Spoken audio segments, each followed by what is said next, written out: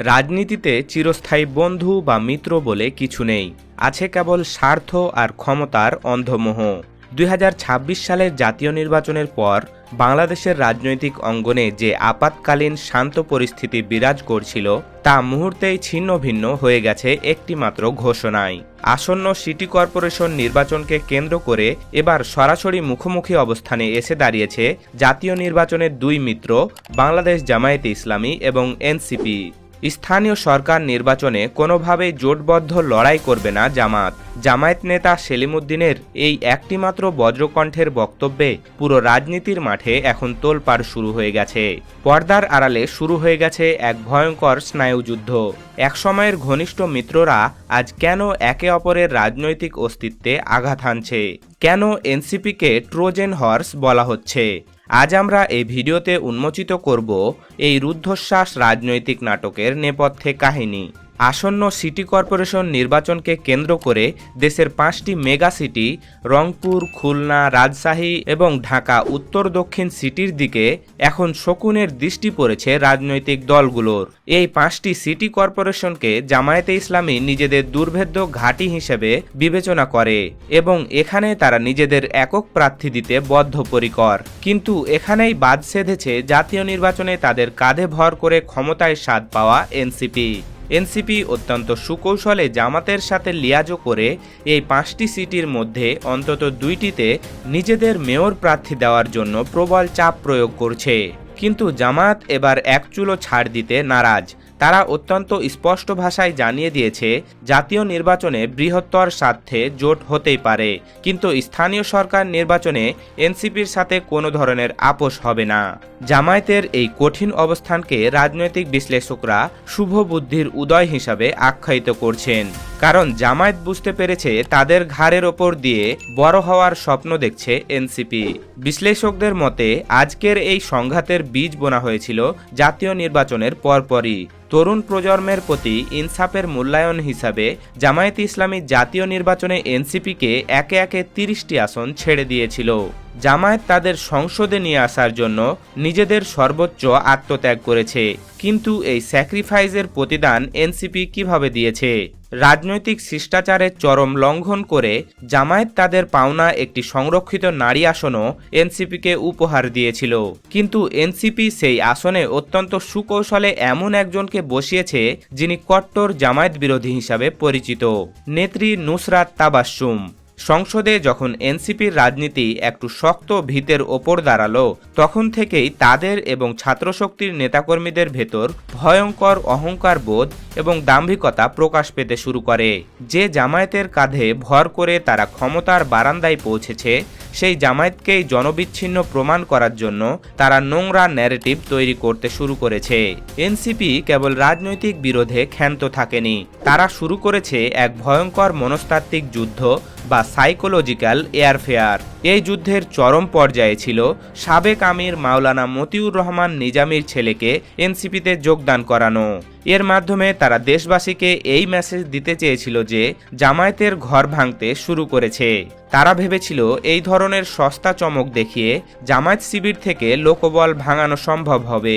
City নির্বাচন ঘনিয়ে আসার সাথে সাথেই এনসিপির এই দাম্ভিকতা আরও বেড়ে যায়। তারা জোটের কোনো নিয়ম নীতির তোয়াক্কা না করে অনেক আগেই নিজেদের প্রার্থীর নাম ঘোষণা করে দেয়। তারা ভেবেছিল এই খালি কলসির আওয়াজ শুনিয়ে তারা জামায়াতকে ব্ল্যাকমেল করবে, কিন্তু তারা ভুলে গিয়েছিল রাজনীতিতে জামায়াতে ইসলামী অনেক পুরনো এবং পোর খাওয়া খেলোয়াড়। জামায়াত বুঝে নিয়েছে এনসিপি আসলে একটি সাংগঠনিক শক্তিহীন ভাপা বুলি ছাড়া আর কিছুই নয়। এনসিপির ফাঁদে পা না দিয়ে জামায়াত অত্যন্ত সুকৌশলে আলাদা নির্বাচনের ঘোষণা দিয়েছে। এমনকি এনসিপিকে চমকে দিয়ে তারা ঢাকা দক্ষিণে সাদিক কায়েমের মতো হেভিওয়েট প্রার্থীর নাম ঘোষণা করেছে। বিশ্লেষকরা বলছেন জামায়াত এখানে একটি দুর্দান্ত পলিটিক্যাল গেম খেলেছে। এনসিপি এখন কোনোভাবেই জামায়াতকে দোষারোপ করতে পারবে না যে জামায়াত জোট নড়বড়ে করেছে, কারণ দম্ভের বর্ষবতী হয়ে এনসিপি প্রথমেই জোটকে উপেক্ষা করে আলাদা প্রার্থী দিয়েছিল। এনসিপি খুব ভালো করেই জানে জামায়াতের সুশৃঙ্খল ভোট ব্যাংক ছাড়া তারা তারা মাঠে সেরফ একা একা নির্বাচন করতে গেলে তাদের আসল সাংগঠনিক দৈন্যদশা মানুষের সামনে উন্মোচিত হবে এবং তাদের মানসম্মান ধুলোয় মিশে যাবে। তাই তারা নিশ্চিতভাবেই এখন জামায়াতের কাছে ইমোশনাল ব্ল্যাকমেল করে আবার জোটে ফেরার আপ্রাণ চেষ্টা করবে।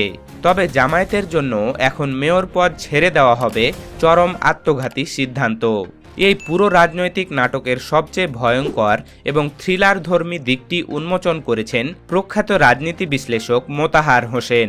তার বিশ্লেষণ অনুযায়ী এনসিপি মূলত কোনো স্বাধীন রাজনৈতিক দল নয়, তারা হলো জামায়াতের ভেতরে ঢুকিয়ে দেওয়া বিএনপির একটি ট্রোজেন হর্স। মোতাহার হোসেনের মতে বিএনপি অত্যন্ত সুকৌশলে এনসিপিকে একটি ফাঁদ হিসেবে জামায়াত জোটে পাঠিয়েছিল, যাতে জামায়াতের ইসলামিক আইডেন্টিটি নষ্ট হয়ে যায় এবং চরমোনাই পীরের দলের সাথে জামায়াতের একটি স্থায়ী সংঘাত তৈরি হয়। এর প্রমাণ হিসাবে তিনি টেনে এনেছেন এক চাঞ্চল্যকর তথ্য। বর্তমান প্রধানমন্ত্রী তারেক রহমান ক্ষমতা গ্রহণের মাত্র 15 দিনের মাথায় এনসিপি নেতা আসিফ মাহমুদের এপিএসের নামে থাকা পাহাড়সম দুর্নীতির অভিযোগগুলো রাতারাতি খারিজ হয়ে যায়। এটা কি নিছক কাকতালীয়? মোটেও না। এটাই হলো বিএনপির সাথে এনসিপির সেই গভীর আঁতাত। মোতাহার হোসেন আরও এক ভয়ঙ্কর তথ্য সামনে এনেছেন।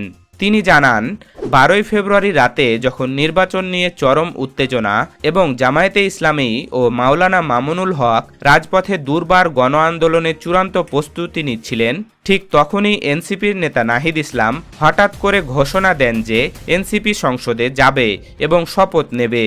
এনসিপির এই আকম্বিক বেইমানির কারণে মূলত জামায়াত জোটের সেই চূড়ান্ত আন্দোলন বিনষ্ট হয়। এনসিপি নামক এই সেকুলার লেবাসধারী দলটি জোটে থাকার কারণে সবচেয়ে বেশি লাভবান হয়েছে বিএনপি। এর ফলে আওয়ামী লীগের যে এন্ট্রি ইনকাম বেশি ভোট ছিল তা সরাসরি বিএনপির বক্সে চলে গেছে। অন্যদিকে এনসিপির কারণে জামায়াতে ইসলামের ইমেজ প্রশ্নবিদ্ধ হওয়ায় তারা নিজেদের কোর ভোট ব্যাংকেও বিভ্রান্তি তৈরি করেছে। সব মিলিয়ে পরিস্থিতি এখন অত্যন্ত ঘোলাটে। এনসিপি যে মূলত জামায়াতের দুর্গে আঘাত হানার জন্য পাঠানো একটি ট্রোজেন হর্স, তা এখন দিনের আলোর মতো স্পষ্ট।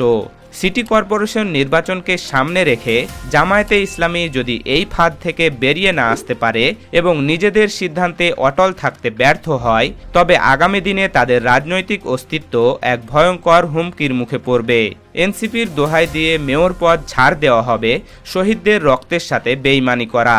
এখন দেখার বিষয়, জামায়াত কি এই সেকুলার ফন্দিবাজদের চিরতরে বিদায় দিতে পারবে, নাকি আবার সেই ইমোশনাল ব্ল্যাকমেলের শিকার হবে?